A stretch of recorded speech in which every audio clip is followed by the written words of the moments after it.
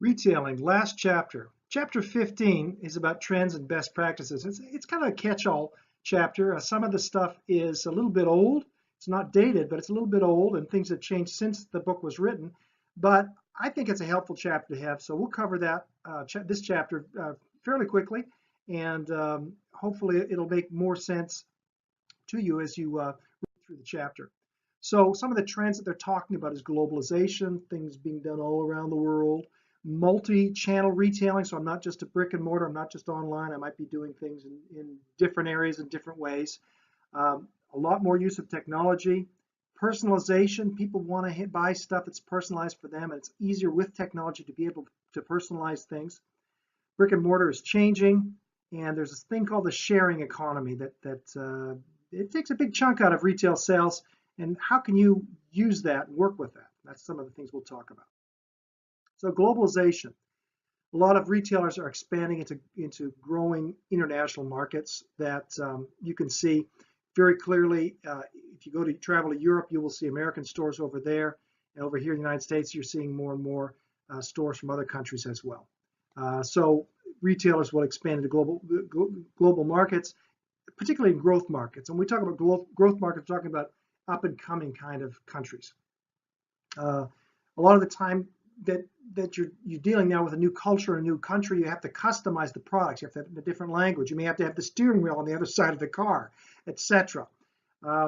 You have to set things up in such a way that you can get it to where you need it to be in the supply chain. But that works out great because the source of wherever it is, where it's coming from, might be in Asia as well as you're selling in Asia. So it may not even come through the States. It may just go, the supply chain may just go from one part of Asia to another.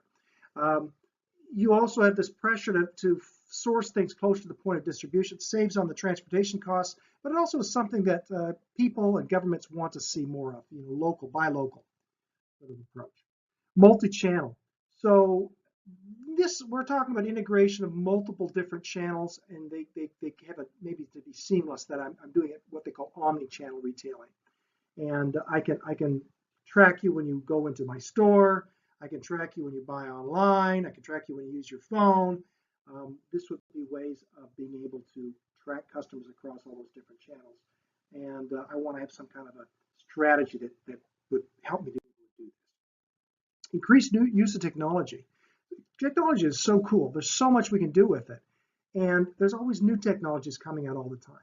Right now, smartphones are all the rage. It's a major force.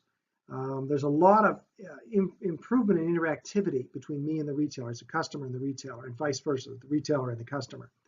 The use of robotics. I was just reading today that now Amazon is not just going to use robots to get the stuff and bring them to the people that package it in the boxes. Now the robots are actually going to package it in the boxes. That would be an example of robotics. Wearable technology. I don't have an iPhone. I don't think they're, excuse me, an iWatch. I don't think they're all that great. But wearable, that's much more common now. Fitbits and things like that can follow you around. They'll know what you're doing. Shopping wherever, whenever. Be able to, order something on my phone, drop by on my way home to pick it up from the store. Data privacy, it's always going to be a challenge. Personalization, there's a lot of information collection about you. The data is ostensibly being used to provide very personalized shopping, very personalized brand experiences, and there's this whole idea of subscription commerce that we now do this at a regular basis. You make this purchase at a regular basis. Just set it up. You buy it on a regular basis. You see it at the pharmacy. You see it on Amazon. You see it all over the place. Evolution of brick and mortars. So there's a lot of bankruptcies. It's not as good. It's like the dinosaur dying out, right? A lot of bankruptcies, a lot of high vacancy rates at certain malls. The trend is that the stores are going to be ginormous or they're going to be much smaller. There's a lot of experimental retailing and shoppertainment, things like kiosks or temporary stores, and then the specialization of stores that continues to grow. Pop-up stores would be an example. It shows up, 6 months later, it's gone. So that'd be a sharing economy, collaborative consumption. So share access to underutilized assets. An example of this would be what? Think of something that would be shared. we've got those horrible rental cars that you can for a flat fee, you can just use them whenever. Nobody cleans them. It's the tragedy of the commons, so people don't use them, but that's an example of some kind of an underutilized asset. IT helps us to be able to, hook up and be able to do these sharing transactions, and we can increase the value of the goods and services for everybody involved. A lot of new businesses are relying on that. So those are examples of the sharing economy. Changing consumers are expecting more, their power is greater, a lot more diversity, so we need to meet the needs of different groups, elderly, younger, people from various socioeconomic backgrounds, and there's different changing wants and needs. So, people want different things at different times in the year, and it's the same in their life. And when they come to a new place, they may want something from the old country. So those would be changing needs and wants. And there's also behavioral changes. What's expected is, treated as being normal and expected, and what's not. Those would be examples of a changing consumer. Best practices: simplicity, transparency, accessibility, making every experience count, and using social media. These are all things that would be considered best practices for somebody that's trying to retail. They give us the 5 pillars of retailing in this particular chapter, and it's worth taking some time to go through these. So one of the ways you want to think about it is, the number one is, I'm going to solve your problem for you. So I can sell you something, but I'm getting myself inside your head and I'm thinking, how can I solve your problem?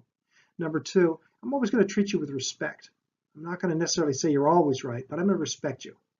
Number three, I'm going to connect with your emotions, not just intellectually, but also emotionally with what you want. And I'm going to be fair, not necessarily low, but I'm going to be fair in the pricing. And finally, I want to save you time. Your time is valuable. You got so much going on in your life. You're busy. I want to save you time. I want to save the customer's time. That's the 5th pillar of retailing. Market adaptability. So how do I adapt to these changing markets?